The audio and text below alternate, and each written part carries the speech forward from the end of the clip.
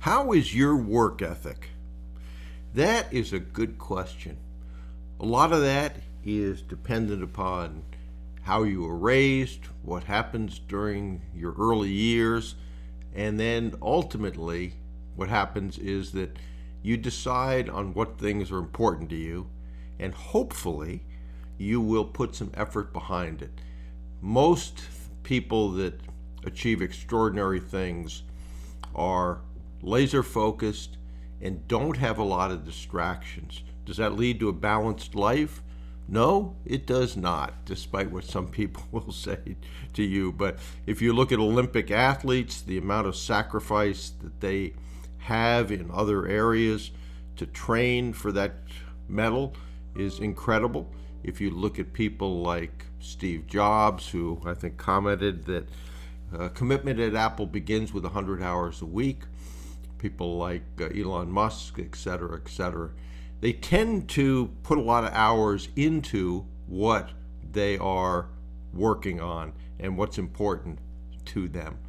A lot of times that doesn't feel like a chore. They really enjoy what they're doing. So it's not surprising that they might spend. So how do you get to that point? The first point, and you don't have to work 100 hours a week. You need to decide what the success is, what level of success, how you want your life to be, how you want to craft that life, and then work appropriately to provide the income, provide the time to be able to do those things. So super success is not for everyone, and understand that. But in order to do that, the first thing is sit down, write your obituary the way it is now, and the way you would like it to be. If those two are the same, great.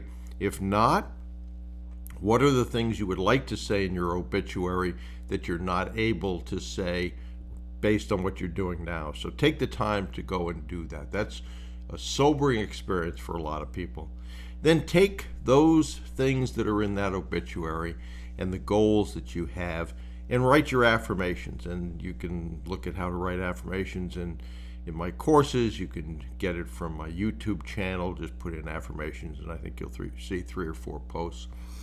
And then make sure that you write those, that they mean something to you, and then that you read them out loud at least twice a day. Then take those affirmations and drill them down to what is it that I want to do this year? What is it that I want to do this quarter? What is it that I want to do this month?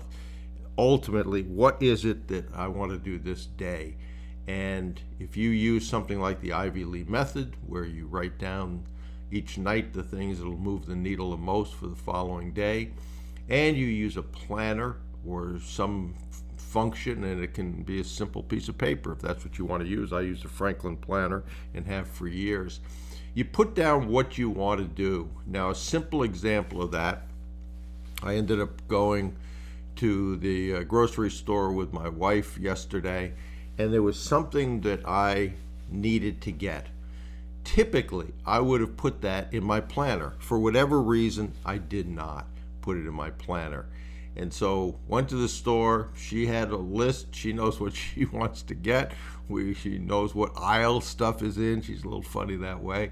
And so we go and get all the things that she wanted. And I get home, and then this morning I wake up and said, oh, I didn't get that. So I've got to go back and get that.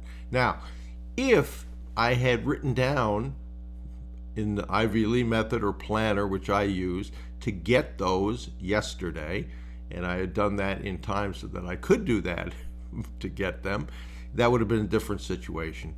So things like planners, things like the Ivy Lee method, when coupled with your goals and affirmations, give you the ability to forget to have to do that task by remembering it.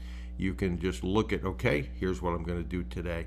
And if you do that, if you follow that process, and if those things are important to you that you're working on, you are going to be a lot closer to achieving your goals. And if you enjoy what you're doing, your work ethic is going to be pretty good because you've put by day, by time, by task, what it is you want to accomplish. So I'd encourage you to think about that.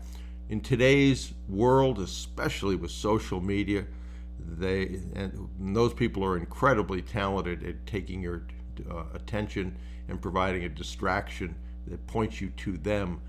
You will find that if you can limit those things, that you'll have more time. When most people create a time log, just do it for a day.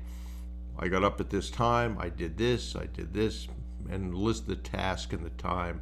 And then look back at that list in terms of how many things you did. Wow, I can't believe I was on social media for 2 hours or whatever it is. And you'll almost always find out that you have much more time than you thought you had to do things. So I hope that's helpful.